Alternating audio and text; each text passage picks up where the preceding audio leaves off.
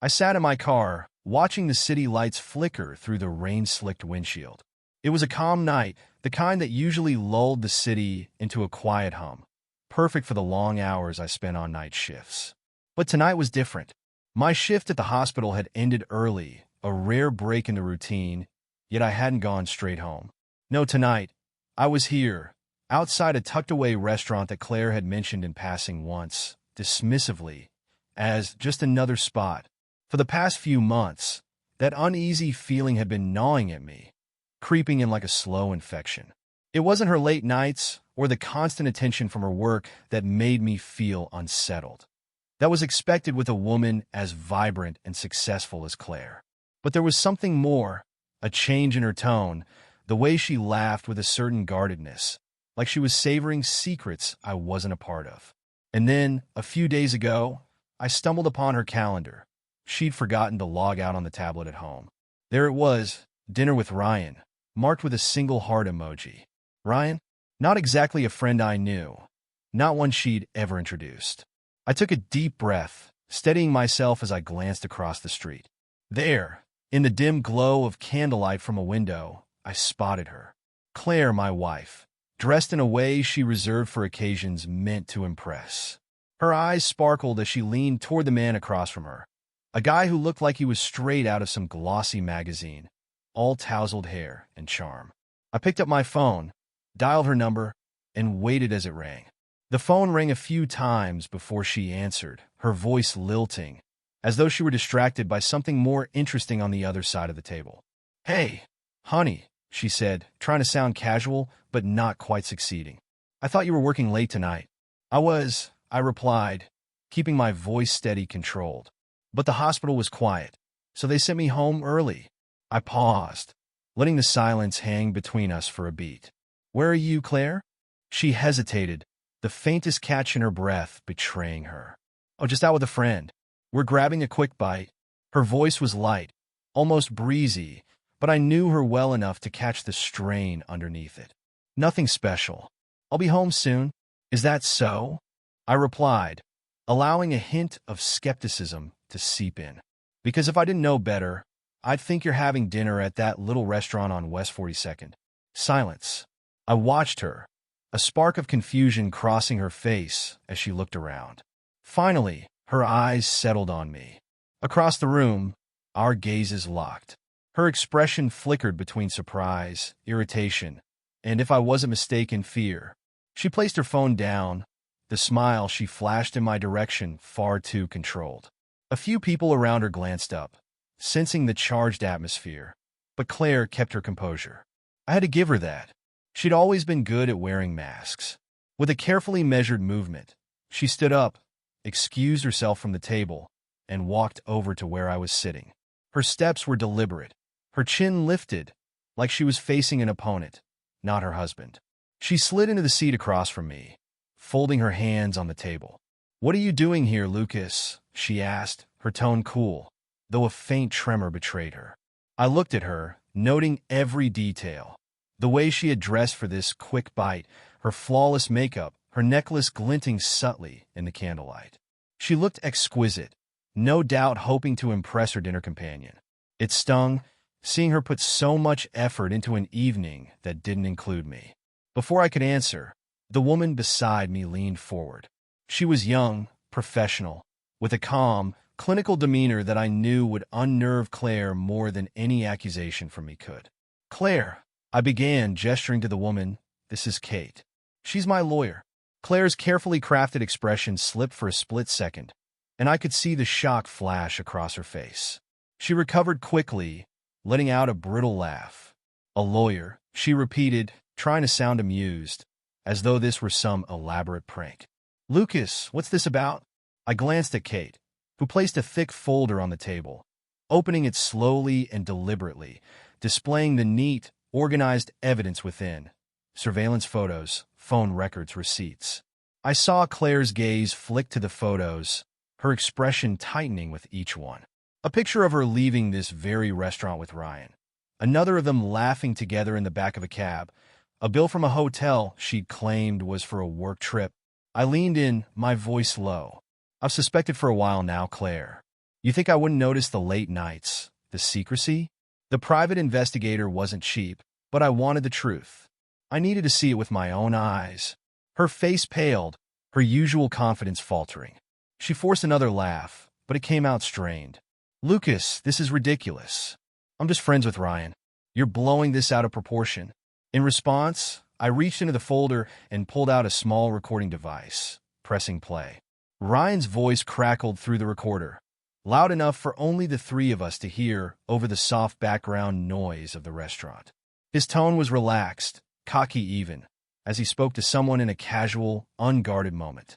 Yeah, man, Claire and I have been meeting up for months now, he said, his laughter filling the air in the recording. It's this whole secret romance thing. She likes to keep things complicated. Keeps saying her husband's clueless. Doctor works night shifts and all that. Honestly, it's too easy.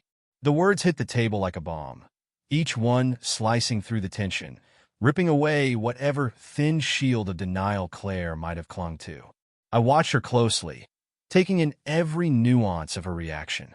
The flash of panic, the dawning horror, then the subtle hardening of her gaze as she fought to regain her composure. He's just joking around, she said, her voice thick with forced nonchalance. This is absurd, Lucas. You know he likes to exaggerate, to show off in front of his friends. There's nothing going on. Her tone wavered, though, and in that small crack, I saw a glimpse of desperation. She was scrambling, grasping at anything to keep her carefully constructed story intact. But the lies, like a poorly stacked deck of cards, were beginning to crumble. I kept my face impassive, letting her words hang in the air before I spoke. Maybe we should let Ryan explain it himself, then. He's just over there, isn't he? I gestured subtly toward the other table where Ryan had been sitting before he slipped away to the restroom. Claire's eyes flicked toward the empty seat, a new wave of worry washing over her face. She knew, as well as I did, that whatever she and Ryan had would unravel completely under the weight of his arrogance and self-preservation. Almost on cue, Ryan reappeared, his relaxed stride faltering as he took in the scene. Claire's tense expression, the folder on the table, and Kate's icy professionalism as she watched him with an assessing gaze. He froze for a split second, like a deer caught in headlights, before forcing a smile that didn't quite reach his eyes. Hey, Claire, what's going on? He asked, casting an uneasy glance at me and Kate. I leaned back, folding my arms as I looked at him. Ryan, I'd appreciate it if you'd join us. We were just discussing your relationship with my wife. His smile wavered, the color draining from his face as he pieced together the implications of my words. I think there's been a misunderstanding here, he stammered, visibly rattled. Claire and I, we're just friends, right, Claire? I watched as he looked at Claire for confirmation, but she didn't respond. She was too busy calculating her own escape, her eyes darting between us, searching for an exit strategy that no longer existed. Kate, ever the professional, slid the folder closer to him. Ryan, she said, her voice calm but firm, we have evidence of your involvement with Mrs. Harris. And, given your recorded statements, we're quite clear on the nature of this friendship. His shoulders slumped, and I could see the fight leaving him as he realized there was no way out. Look, man, he muttered, casting a pleading glance at me. I didn't mean any harm. It was just fun. We didn't think anyone would get hurt. That's the thing, Ryan, I replied, my voice cold. You didn't think? The weight of silence fell upon the table, Claire's and Ryan's shared guilt filling the space with a heavy, suffocating tension. And with that, Ryan stood, mumbling an excuse as he hurried away, abandoning Claire without a second glance. Now, it was just the two of us. Claire sat across from me, her posture stiff and her eyes fixed on the empty space where Ryan had stood only moments ago. The confident, polished woman I knew was fading, giving way to someone more vulnerable, more desperate. Her fingers twisted nervously in her lap as she struggled to find words, but for once, she seemed at a loss. I let the silence stretch out, letting her feel the full weight of the situation. Finally, she looked up at me, her eyes pleading, a flicker of remorse appearing in them. Lucas, she began softly, reaching across the table as though to take my hand, but I pulled back, keeping my hands firmly folded. Her face fell slightly, but she pushed on. You have to believe me. It wasn't serious. It was just a distraction, something to keep me entertained. You know how demanding my job is, how much pressure I'm under. Her voice trailed off as she realized the futility of her own words. I'd heard her make those same excuses before, but never with the context I now knew. Do you really expect me to believe that? I asked, my tone colder than I'd intended. This isn't a one-time mistake, Claire. It's been months. You've built this whole secret life behind my back, and I was just the clueless husband at home, too busy with work to notice, right? She flinched at my words, her eyes flashing with anger now, like she was trying to shift the blame to me. You're never home, Lucas. You're always at the hospital, always working nights, and when you're here, it's like you're somewhere else entirely. I've been lonely. I needed someone to pay attention to me, to make me feel alive. I stared at her, feeling a mix of anger and pity. The woman in front of me was a stranger, her selfishness and need for validation twisting her into someone I could hardly recognize. I shook my head slowly, unwilling to let her manipulate the narrative to make herself the victim. You should have told me that months ago, Claire. You should have been honest about what you needed, what you were missing. But instead, you chose lies and deception. She opened her mouth, perhaps to argue or explain herself further. But before she could speak, Kate interjected with calm authority. Mrs. Harris, I think it's time you understand the consequences of these choices. Lucas has taken steps to protect his interests. Given your actions, he's within his rights to withhold joint assets, which includes the investments, the apartment, and any access to his finances. Claire's face turned pale, her anger swiftly replaced by a dawning realization. You're divorcing me? Her voice was barely a whisper, as if saying it out loud made it more real. Yes, I replied, keeping my voice steady. I gave you chances, Claire. I tried to reach out, tried to understand, but all you did was pull further away, hiding more secrets. This affair, it's the final betrayal. Her shoulders slumped, and for a moment, I saw the true weight of her mistakes settling on her. The glamorous lifestyle, the attention, the thrill of her double life. It all crumbled away, leaving her exposed and hollow. Claire looked down at her hands, her fingers trembling slightly as they rested on the table. For the first time in the years I'd known her, she seemed completely lost, stripped of the confidence and charm that usually defined her. Lucas, please, she whispered, her voice cracking. I don't know what to say.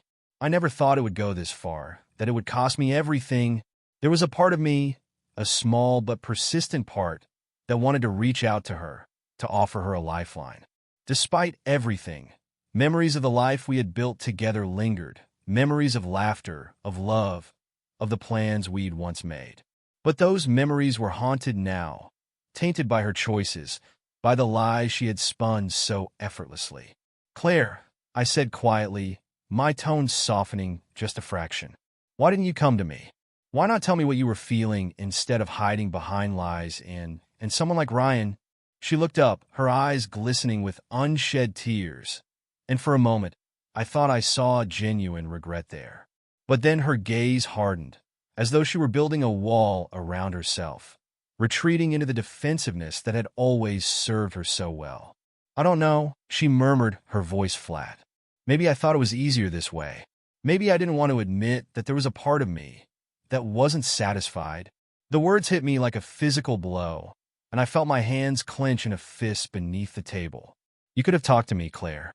You could have given us a chance to work through it, to face whatever was wrong between us. Her face twisted with a mixture of frustration and defiance. And what would you have done, Lucas?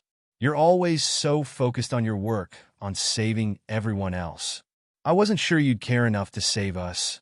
The weight of her words settled over us, both of us too exhausted to argue anymore. The truth, raw and unfiltered, hung in the air like smoke, leaving us choking on the remnants of a marriage that had already begun to unravel long before tonight.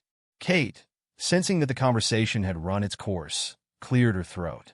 I think we've said everything that needed to be said here, she remarked gently, though her expression remained firm. Claire, we'll be in touch regarding the proceedings.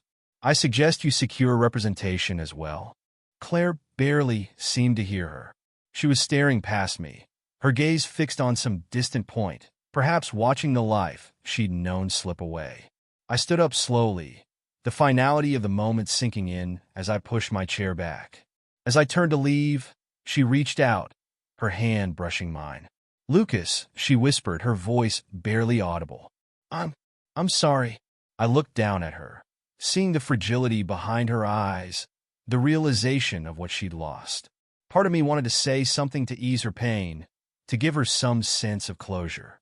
But words felt useless now, a poor attempt to patch the gaping wounds between us. "Goodbye, Claire," I said softly, letting my hand slip from hers. And with that, I walked away, leaving her there in the dim light, surrounded by the wreckage of her own choices. The air outside felt sharp and cold, a stark contrast to the muted warmth of the restaurant. I took a deep breath, letting the chill settle into my lungs, grounding myself as I stepped into the street. It was strange feeling this sudden emptiness where my anger had been. For months, I'd been consumed by suspicion, by doubt, by a quiet rage that gnawed at me from the inside. And now, with the truth laid bare, it felt as though a weight had been lifted, even if what replaced it was a hollow ache. I didn't regret confronting her. I needed to know, to see the truth in her eyes, to give her a chance to be honest, even if that honesty came too late. Kate walked beside me in silence, a pillar of professionalism and quiet support.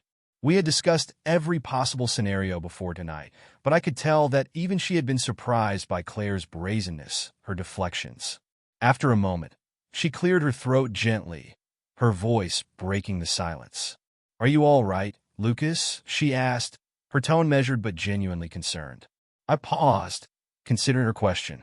I didn't know if "all right" was the right word, but there was a sense of peace I hadn't felt in a long time, even if it came tinged with grief.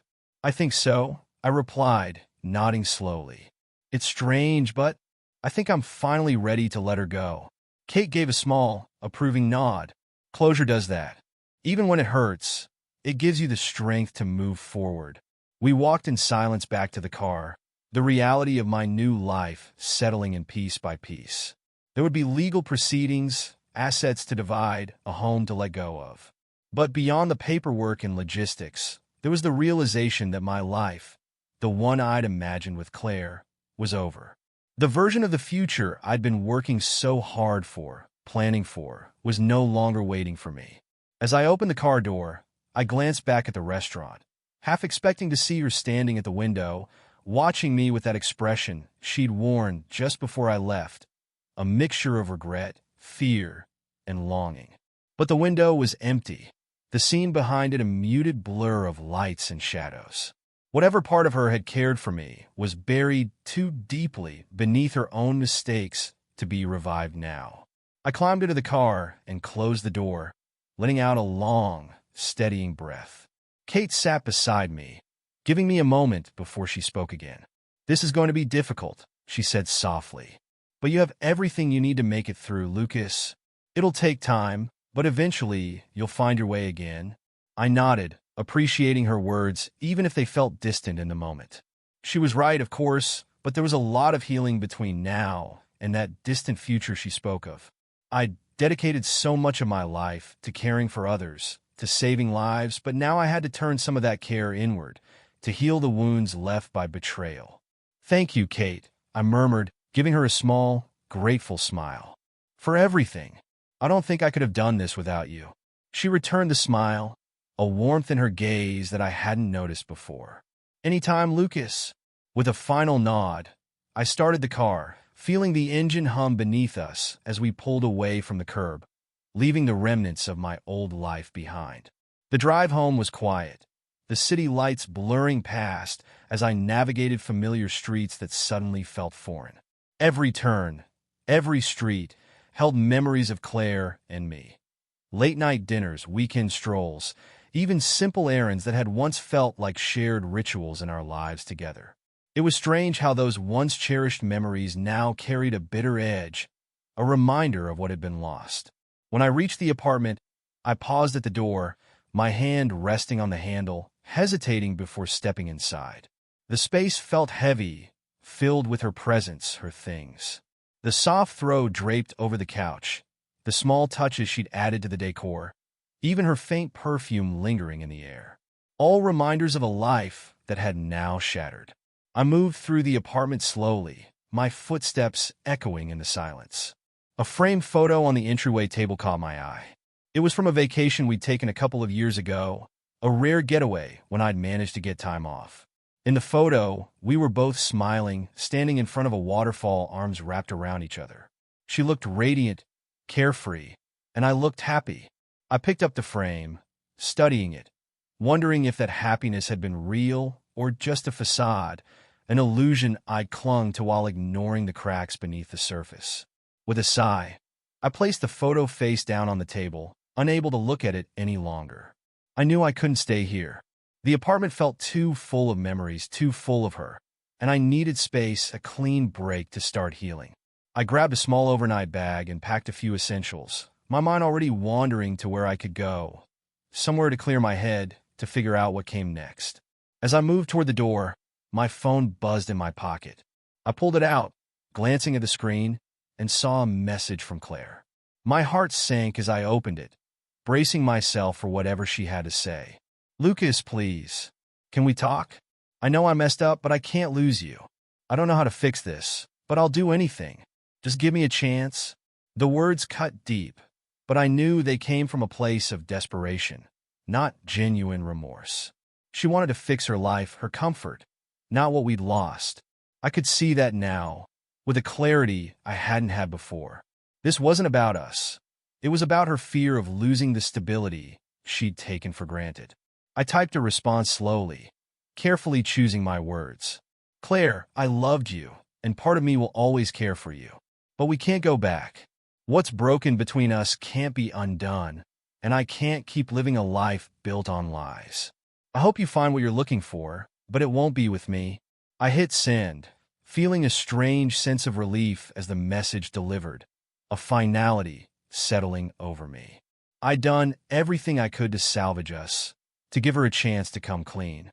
But now, standing here, I realized that holding on would only drag us both deeper into something toxic, something irreparable. Leaving the apartment, I felt a faint glimmer of hope, a tentative promise of a future free from lies and secrets. I didn't know where I was going or what waited for me beyond tonight, but I knew this much. I was finally moving forward, ready to rebuild one step at a time.